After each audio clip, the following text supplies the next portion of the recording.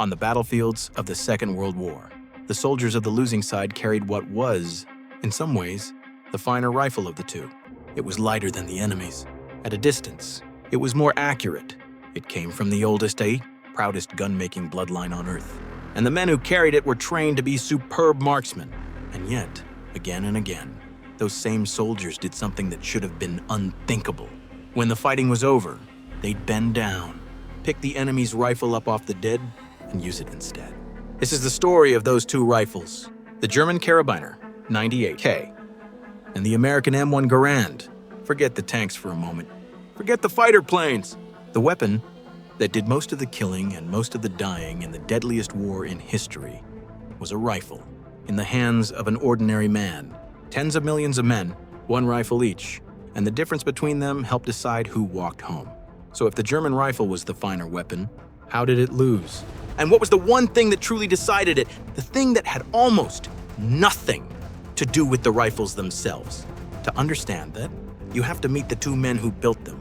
Two strangers, born worlds apart, who never met, and whose rifles would one day face each other in the hands of millions. Our first man was born in 1838 in a small German town on the banks of a river called the Neckar. His name was Peter Paul Mauser, and he was the youngest of 13 children. His father was a gunsmith at the local Royal Armory, and the family was poor enough that there was never quite enough to go around. Paul grew up around rifles, around the smell of oil and steel, and from boyhood he had one gift that set him apart. He could look at a machine and see instantly how to make it simpler, stronger, better, together with his older brother Wilhelm, who ran the business while Paul did the inventing. He set out to chase a single idea, the perfect bolt-action rifle. Now, the bolt-action wasn't his invention. It was a system the whole world was racing to improve a rifle the soldier loads by sliding a handle back and forward by hand, one round at a time.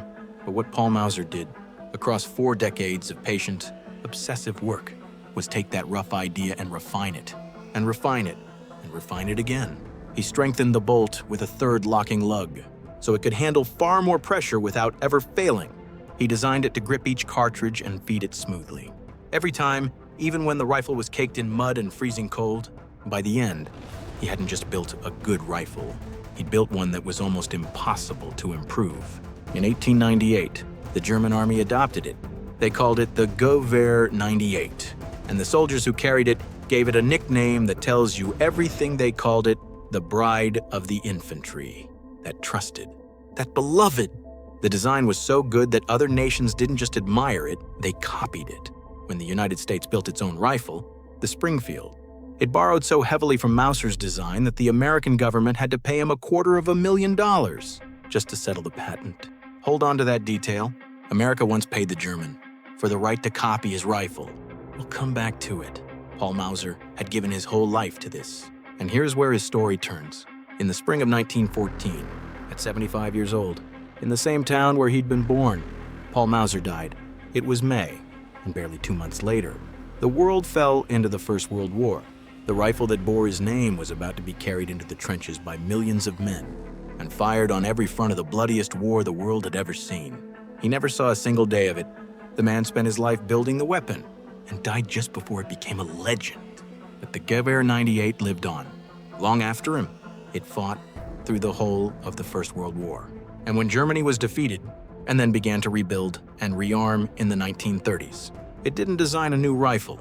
It reached back for Mauser's masterpiece, shortened it, simplified it for mass production, and gave it a new name, Karabiner 98 Kurz.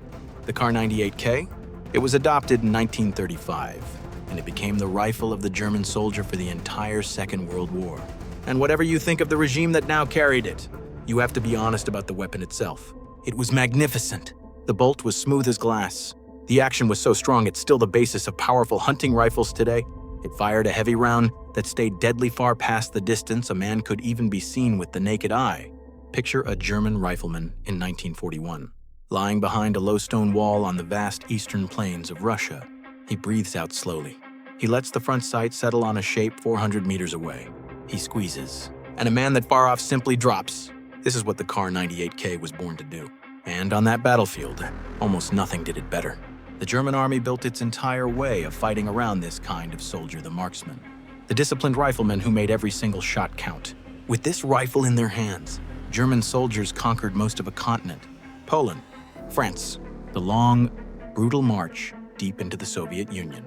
For 5 years, the Kar98k looked like the perfect rifle for an army that couldn't be stopped. But there was one thing about it that even Paul Mauser's genius could never change. One flaw, built into its very nature. After every shot, the soldier had to lower the rifle from his shoulder, just slightly, and work that bolt by hand, slide it back, push it forward, settle the sights again, then fire, one shot, and a pause, one shot, and a pause, forever. It was the final, flawless answer to a question the world had been asking for 50 years. How do you build the best bolt-action rifle ever made? Germany had that answer. It was holding it in its hands, but an ocean away. In a workshop in Massachusetts, another man had stopped asking that question completely. He was asking something no one had ever made work. What if the soldier never had to touch the bolt at all? His name was John Garand, and his story begins about as far from a famous arms factory as you can imagine. He was born on New Year's Day, 1888, on a farm outside a small village in Quebec, Canada. He was one of 12 children, and when he was a boy, his mother died. His father packed up the family and moved them south, across the border, to a mill town in Connecticut. John was about 11 years old, and he spoke only French. He learned English sweeping the floors of a textile mill. There was no money for school, so he left it early and went to work in there, on the mill floor. This immigrant boy found what he was made for. He had a gift for machines that bordered on genius. Before he was even out of his teens, he'd already patented 2 of his own inventions. He taught himself engineering. He became a master machinist, and he fell in love with 2 things: building precise machines and shooting. He was, by every account, a superb marksman who'd happily blow a small fortune at a shooting gallery in a single afternoon. And somewhere along the way, those 2 passions fused into one obsession. He wanted to build a rifle that loaded itself, a rifle that used the force of its own gunfire to throw out the empty shell from its en-bloc clip and load the next round, all on its own. Pull the trigger, and it's ready to fire again. Pull again, and again, 8 times, before you ever stop to reload. Today, that sounds ordinary. Then, it was something close to impossible. Other brilliant men had tried it and failed. Even Paul Mauser himself had tried to build a self-loading rifle and never got it to work reliably. The mechanism had to be tough enough to trust with your life, cheap enough to build by the millions, and reliable enough to survive a soldier who'd drag it through hell. In 1919, the U.S. Army took John Garand on at the Springfield Armory and set him loose on the problem. And then he spent the next 15 years of his life on it. 15 years of prototypes, of trials, of the Army changing its mind and contradicting its own orders. And then came the moment that should have broken him. By the early 1930s, after more than a decade of work, Garand had a rifle the Army loved built around a new, lighter cartridge. In the trials, it won cleanly. The board recommended adopting it. He was finally almost there, and then one man stopped it with a single order. General Douglas MacArthur, the Army's chief of staff, looked at the plan to switch to a new cartridge and refused. The country had warehouses full of the old ammunition, and in another war, switching would be a logistical nightmare, so he ordered all work on the new cartridge to stop. Completely overnight, the winning design was dead. But here's the twist that decided history. Garand, unlike his rivals, had quietly kept working with the old cartridge on the side. He could rebuild his rifle around it.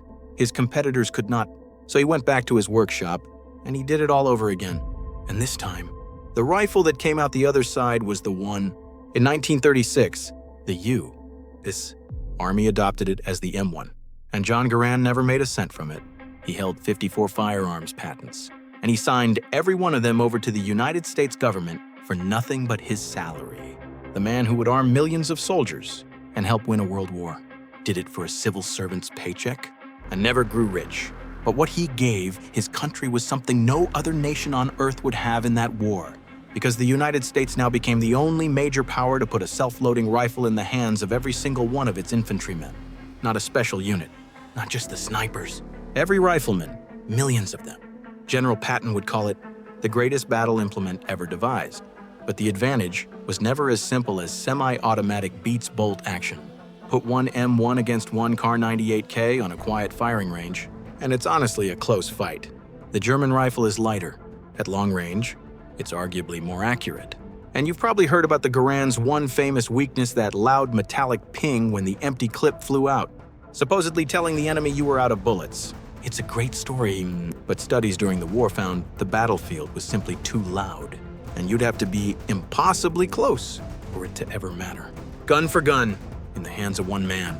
You could argue it either way, but war isn't fought gun for gun on a quiet range. It's fought army against army, in chaos. And here's the single factor that decided everything. Most infantry combat in that war did not happen.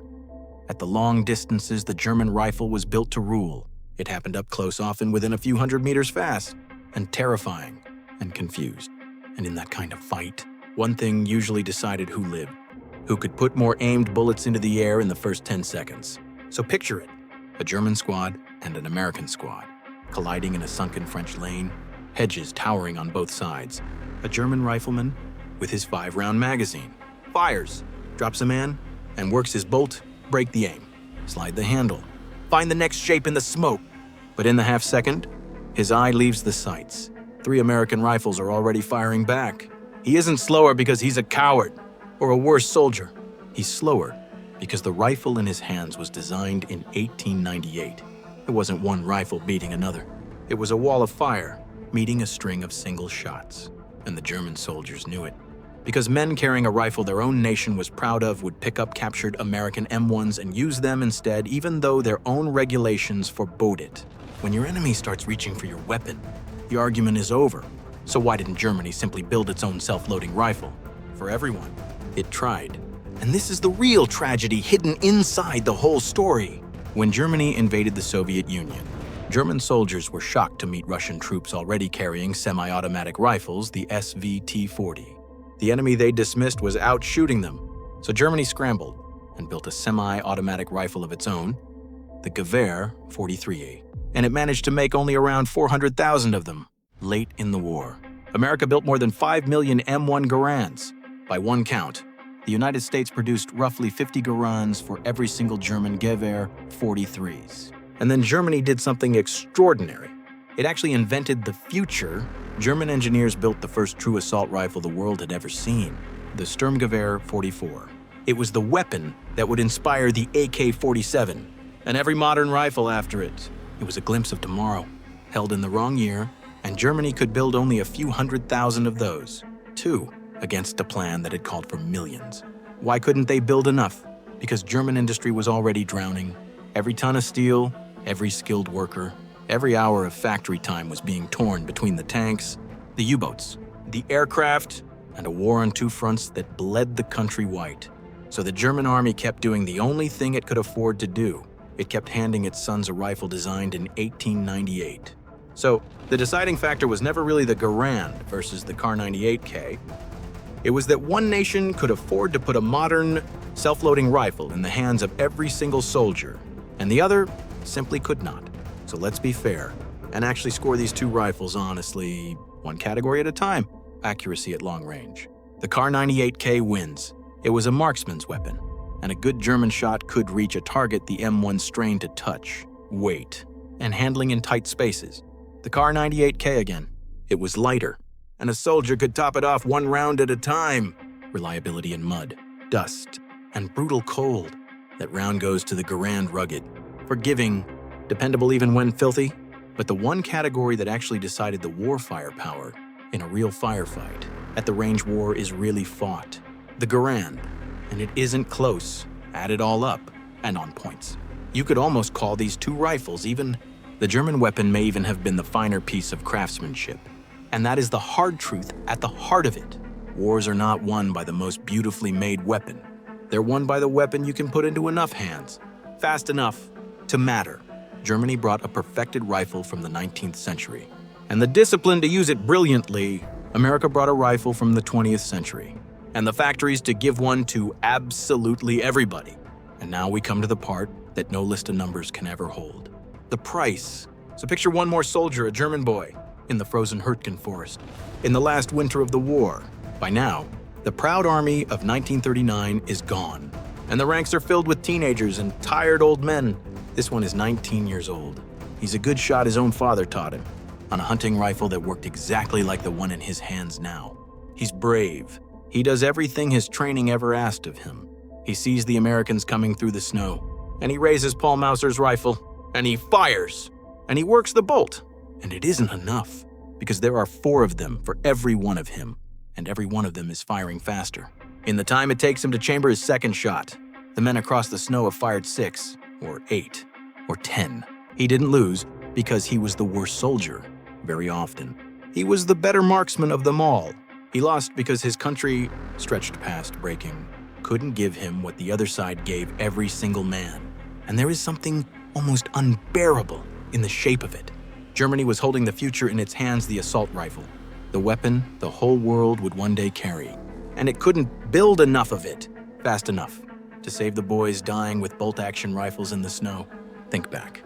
Now, to the 2 men who started all of this, Paul Mauser, who gave his life to building the perfect rifle and died just before the war that made it immortal, and John Garand, an immigrant who taught himself everything, armed millions of men, helped win a world war, and never took a dollar for it. 2 strangers, born 50 years and an ocean apart, who never met. And the rifle a nation handed its soldiers was, in the end, a kind of promise. It said, this is the best we could do for you. America kept that promise to very nearly every man it sent into the fight. Germany, by the end, simply couldn't, and the difference was paid, 1 bolt throw at a time, by the men who never got to choose. So here's the question I'll leave with you. We've been asking which rifle won the war, but that's not quite the same question as which rifle was better. Men for men, on equal ground. With equal numbers, was the German rifle actually the finer weapon? One that simply lost a war its makers could never have won? Or is the best rifle not the one that's perfectly made, but the one that's actually there in every soldier's hands? When the shooting starts, I've told you what I believe truly decided it. But the verdict on which rifle was the better weapon, that one belongs to you. Tell me in the comments, the Garand or the Kar98k, and tell me why.